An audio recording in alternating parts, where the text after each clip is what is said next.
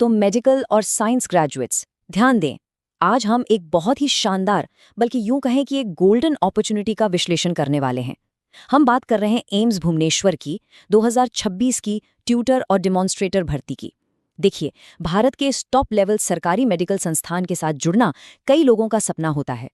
तो आइए, बिना किसी देरी के इस पूरे नोटिफिकेशन की हर एक बारीकी को एकदम सरल भाषा में डिकोड करते हैं।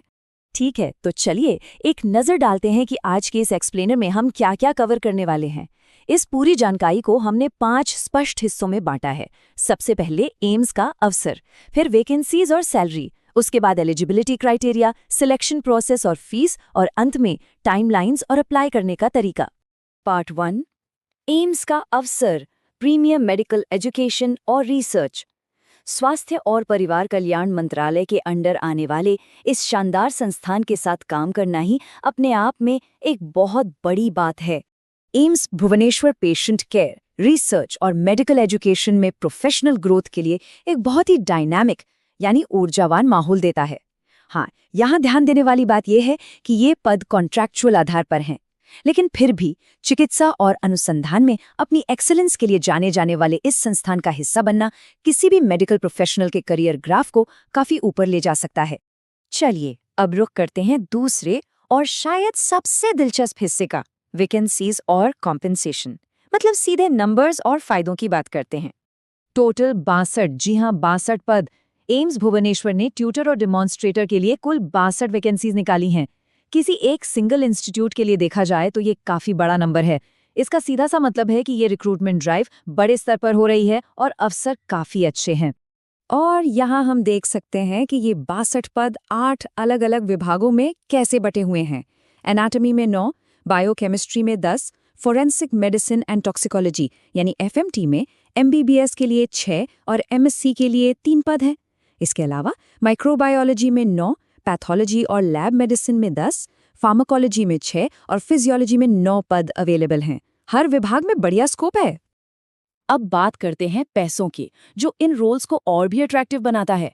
यहाँ 7वें वेतन आयोग के तहत पे मैट्रिक्स में लेवल 10 की शानदार सैलरी मिलेगी, और साथ में सामान्य भत्ते तो हैं ही। और सबसे खास बात, मेडिकल बैकग्राउंड वाले कैंडिडेट्स के लिए एनपीए यानी नॉन प्रैक्टिसिंग अलाउंस का भी प्रावधान है। कॉन्ट्रैक्ट पर होने के बावजूद ये फाइनेंशियली एक बहुत ही सॉलिड पैकेज है। आगे बढ़ते हैं तीसरे और बहुत ही क्रूशल सेक्शन पर, एलिजिबिलिटी क्राइटेरिया। इन 62 पदों के लिए आखिर क्वालिफाई कौन करता है? आइए इन रूल्स को थोड़ा बारीकी से समझते हैं। तो सबसे पहला फिल्टर है उम्र। अप्लाई करने के लिए मैक्सिमम एज 30 साल होनी चाहिए, लेकिन अच्छी खबर ये है कि सरकारी नियमों के हिसाब से छूट भी है। SC ST वर्ग के लिए 5 साल, OBC के लिए 3 साल और दिव्यांग उम्मीदवारों के लिए 10 साल का रिलैक्सेशन दिया गया है। एजुकेशन की बात करें तो एनाटॉमी, बायोकेमिस्ट्री, माइक्रोबायोलॉजी, फार्माकोलॉजी और फिजियोलॉजी जैसे विभागों के लिए बेसिक रिक्वायरमेंट है संबंधित स्पेशलिटी में MBBS या फिर MSc। ध्यान रहे, ये डिग्री MCI या NMC से मान्यता प्राप्त संस्थान से ही होनी चाहिए। और हाँ, अगर स्पेशलिटी में MD या PhD है तो समझ लीजिए सोने पे सुहागा, इसे एक एक्स्ट्रा एडवांटेज माना जाएगा। लेकिन रुकिए, यहाँ एक छोटा सा कैच है। फोरेंसिक मेडिसिन और पैथोलॉजी विभागों के लिए रूल्स थोड़े सख्त हैं। इनके लिए सिर्फ और सिर्फ MBBS होना अनिवार्य है। यहाँ नॉन मेडिकल कैंडिडेट्स को कंसिडर नहीं किया जाएगा। वहीं FMT में MSc वाले पदों के लिए सख्ती से केवल फोरेंसिक साइंस में MSc होना जरूरी है। तो फॉर्म भरने से पहले अपनी डिग्री का इस लिस्ट से सावधानी से मिलान जरूर कर लें। सेक्शन 4, सिलेक्शन प्रोसेस और फीस। अब जबकि हम एलिजिबिलिटी समझ चुके हैं, तो चलिए देखते हैं कि एप्लीकेशन की कॉस्ट क्या है और सिलेक्शन तक पहुंचने के लिए कौन कौन से पड़ाव पार करने होंगे। फीस स्ट्रक्चर बहुत ही क्लियर कट है। जनरल और OBC कैंडिडेट्स के लिए एप्लीकेशन फीस 1770 रुपये है, जबकि SC ST के लिए ये 1416 रुपये है। और सबसे बेहतरीन बात यह है कि PWBD यानी दिव्यांग उम्मीदवारों को फीस से पूरी तरह से छूट दी गई है, उनके लिए ये बिल्कुल फ्री है। सिलेक्शन कैसे होगा, इसके 3 संभावित स्टेप्स हैं। सबसे पहले खास कमेटी द्वारा डॉक्यूमेंट्स की स्क्रीनिंग होगी, उसके बाद रिटन एग्जाम। लेकिन यहाँ ध्यान दीजिए, लिखित परीक्षा केवल और केवल तभी होगी जब आवेदकों की संख्या कुल पदों से 3 गुना से ज्यादा हो जाए। और आखिरी स्टेप है पर्सनल इंटरव्यू।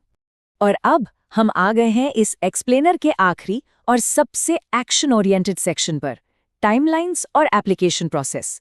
इतनी सारी जानकारी का क्या फायदा अगर डेट ही मिस हो जाए, है ना? आइए देखते हैं कि आगे क्या करना है। टाइमलाइन को लेके बहुत अलर्ट रहना होगा क्योंकि विंडोज सिर्फ 2 हफ्ते के लिए खुल रही हैं।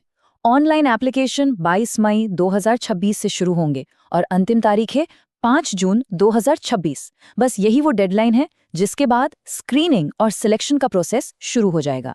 अप्लाई करना काफ़ी स्ट्रेट फॉरवर्ड है। सबसे पहले एम्स भुवनेश्वर की ऑफिशियल वेबसाइट पर जाना है। वहाँ अपनी पर्सनल और एजुकेशनल डिटेल्स एकदम सही भरनी है। फिर अपनी फ़ोटो, सिग्नेचर और सर्टिफिकेट स्कैन करके अपलोड करने हैं और लास्ट में ऑनलाइन फीस पे करके फॉर्म सबमिट कर देना है। एक छोटी सी टिप, फ्यूचर रेफरेंस के लिए एप्लीकेशन का PDF सेव करना बिल्कुल मत भूलिएगा। लेवल 10 की ये मेडिकल जॉब सच में एक रेयर चांस है। हो सकता है ये किसी के मेडिकल करियर को एक नई उड़ान दे दे। पूरी नोटिफिकेशन का लिंक डिस्क्रिप्शन में उपलब्ध है।